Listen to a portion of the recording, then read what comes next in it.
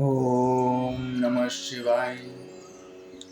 यो देवानां प्रवशोत्थितवस्व विश्वाधिपुरुतो महर्षिः हिरण्यगर्भजन्मायामासु पूर्वशनो बुद्ध्या शुभयांसु शयन्तु। देवताओं की उत्पत्ति, पालन, प्रलय करने वाले संसार के अधिपति रुद्र महर्षि ने प्रथम ब्रह्मा को उत्पन्न किया। वह हमारी बुद्धि श्रेष्ठ कार्य में लगावे।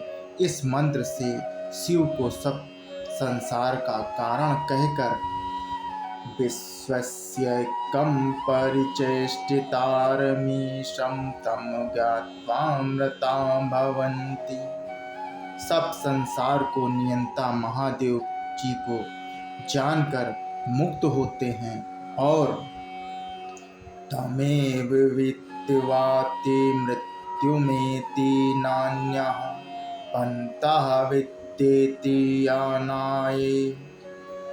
उसी महादेव के ज्ञान से मुक्ति होती है, इससे अन्य मुक्ति का उपाय नहीं है।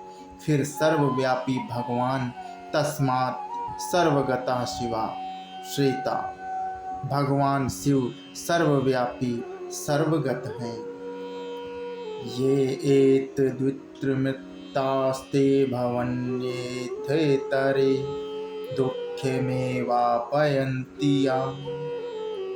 जो पुरुष महादेव की उपासना करते हैं वे मुक्त होते हैं और अन्य पुरुष जन्म मृत्यु रूप दुख भोगते हैं। फिर चौथे अध्याय के 21वें मंत्र में रुद्रयते दक्षिणं मुखम तेन मा पाहि नित्यम। हे रुद्र, जो तुम्हारा दक्षिण मुख है उससे नित्य हमारी रक्षा करो। तथा वाल्मीकि रामायण के लंका कांड के 125 सर्ग में अत्र पूर्व महादेवाय प्रसादम करोतु। रामचंद्र ने अयोध्या को लंका से चलते समय पुष्पक विमान में बैठे जानकी जी से कहा था कि यह सागर तट पर रावण के मारने से पहले हमने महादेव जी का पूजन किया था और वे हमारे ऊपर प्रसन्न हुए थे। शरण्य शरणं गत्वा भगवन्तं पिनाकिनं मृत्युं स्थडिलं कृत्या माल्यना पूज्यमुद्यम। अर्जुन शरणागत रक्षक महादेव जी की शरण को प्राप्त हो महादेव जी की मृत्यु महादेव जी की मृण्मय मूर्ति बनवाकर वेद माला आदि से पूजन करता हुआ तथा 83 अध्याय में मृगधूम तीर्थ प्रसंग में अगस्त जी ने कहा है कि मृगधूम ततो गच्छ श्रीलोकेषु विश्रुतम् तत्राभिषेकं कुर्वीत गंगायां नृपसप्तम आचार्यत्वा महादेव मध्य मेघ फलम लभेत। मृग धूति तीर्थ में जाकर गंगा स्नान कर महादेव जी के पूजन करने से अश्वमेध यज्ञ का फल मिलता है।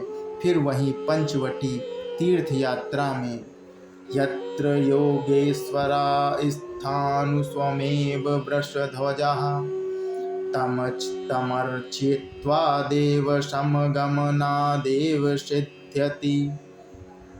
वहाँ योगेश्वर वृषध्वज स्वयं स्थित हैं। उनकी अर्चना से व जाने से ही सिद्धि हो जाती है। उसी प्रसंग में तत्रैव च महाराज विश्वेश्वरमुमापतिम् अभिक्यं महादेवमुच्यति सर्वाक्लेशवशेः। हे महाराज, उसी स्थान में विश्वेश्वर उमापति का अर्चन करने से सब पाप नष्ट हो जाते हैं। ततो वाराणसीं गत्वा कृत्वा अर्चयित्वा वृषध्वजम् कली कपिलाहदे नरः श्रुत्वा राजसूत्रफलं लभेत। फिर काशी में जाकर उमापति का पूजन कर कपिल लाहर्द में स्नान करने से राजसू यज्ञ का फल प्राप्त होता है। जन्म कर्म तपो योगास्तेस्योस्तवा चा पुष्कलम तभाम लिंगेर्चितो देवस्तेयोच्चाराम युगे युगे। सर्वरूपं भवं ज्ञात्वा लिंगयोर्चयति प्रभु आत्मा योगाश्वस्य तस्मिन् वे शास्त्र योगाश्व शाश्वतः। सर्वभूत भवं ज्ञात्वा लिंगमर्चिताया प्रभु तस्मिन्नयाधिकाभीतं करोति भ्रष्टं ध्वजः। द्रोणाचार्य के मरने पर अश्वत्थामा के जब अस्त्र कृष्णार्जुन पर निष्फल हुए तब अश्वत्थामा ने उनको धिक्कार दिया। तब व्यास जी ने आकर कहा कि जन्म कर्म तप योग तुम्हारा कृष्णार्जुन की तुल्य ही है, परंतु उन दोनों ने शिवलिंग और तैने शिव मूर्ति का पूजन किया है। जो शिव को सर्वरूप जानकर लिंगार्चन करता है उसमें आत्मयोग और संपूर्ण शास्त्र योग प्राप्त हो जाते हैं। जो शिव को सर्वभूतमय जानकर पूजते हैं शिव जी उनके ऊपर महाप्रीति करते हैं। फिर इसी पर्व के 203 अध्याय में वृश्वेश्वेच्छ्वा देवाश्वच गंधर्वारस्परा स्थिता लिंगमश्चर्च्यन्तीं स्वः तस्य पूर्वद समास्थिता। व्यास जी ने अर्जुन से कहा कि ऋषि देवता गंधर्व अप्सरा इनकी ऊर्ध्व स्थिति लिंग की अर्चना कर हुई है। यस्य ब्रह्मा चा विष्णुश्चा त्वं चापि सह देवताः अर्चेत्था सदा लिंग तस्मार्चिश्रेष्ठुं महोषा। महाभारत अनुशय अध्याय 14 में उपमन्यु ने श्री कृष्ण से कहा जिनके लिंग को ब्रह्मा विष्णु और देवताओं सहित सदा तुम पूजते हो इस कारण वह सर्वश्रेष्ठ है। इस प्रकार महाभारत में अनेक स्थल में महादेव जी के पूजन से मुक्ति की प्राप्ति लिखी है। अब कुछ पुराणों के श्लोकों का उल्लेख करते हैं। ब्रह्मवैवर्त पुराण के कृष्ण जन्म खंड अध्याय 37 में श्री कृष्ण जी ने राधिका से कहा कि मम भक्तिम चा दास्यम चा मुक्तिम चा सर्वसापादां सर्वसिद्धदातुमी सौनादाता शंकरात्परा। मेरी भक्ति दास्यता मुक्ति सर्व संपत्ति देने वाले महादेव जी के सिवाय कोई दाता नहीं है। मत्तो विभिन्नमात्मना द्रष्टुमुर्महर्षि शंकर अविद्यादितु हितात्माना पुरुषा भिन्न दर्शिना। कृष्णचंद्र ने शिव जी से कहा हे शंकर आपने बाणासुर को अभयदान दिया सो मैंने ही दिया है, कारण कि हम तुम एक हैं।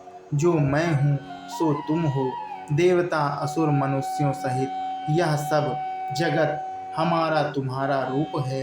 भिन्नदर्शी पुरुष अविद्या से मोहित हो रहे हैं, इस कारण भेद मानते हैं। भागवत 10 स्कंध अध्याय 12 श्लोक 40। क्षेमी स्याकित्मुः विश्वेशम कृत पापो जगत्वरो।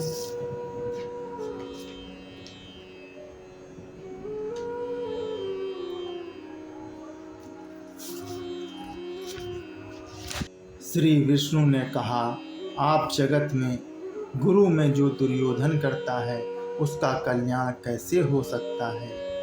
आराध्य देव देव शंकरम लोक शंकरम तपसा तोषित्वा त्वं कैलासगिरिवासिनं रुक्मण्यान्तनलेव दत्तु कामपुनहिरा। लोकेश लोक पावन शंकर का आराधन कर और उन कैलाशवासी शिव को तप से संतुष्ट कर शिव जी से हुए काम को पुत्र रूप से प्राप्त किया। पद्म पुराण का 27वां अध्याय सृष्टि खंड का महादेव जी का पूजा विधि से पूर्ण है। के मध्यम पीत्वा गुरुदाराश्मरं गत्वा स्तें कृत्वा ब्रह्महत्या चाकृता मश्चञ्चरे भस्माशय्याम शयनो रुद्राध्यायमुच्यते सर्वपापैः। मद्यपान, गुरुदारगमन, चोरी, ब्रह्म हत्या करके भस्म के ऊपर शयन करने से तथा रुद्र अध्याय का पाठ करने से सब पापों से छूट जाता है। याज्ञवल्क्य जी कहते हैं कि सोने की चोरी कर ब्राह्मण रुद्र का जप करने से शूद्र होता है। अत्रि कहते हैं कि 11 बार शिव स्मरण कर रुद्र का पाठ करने से शुद्ध होता है।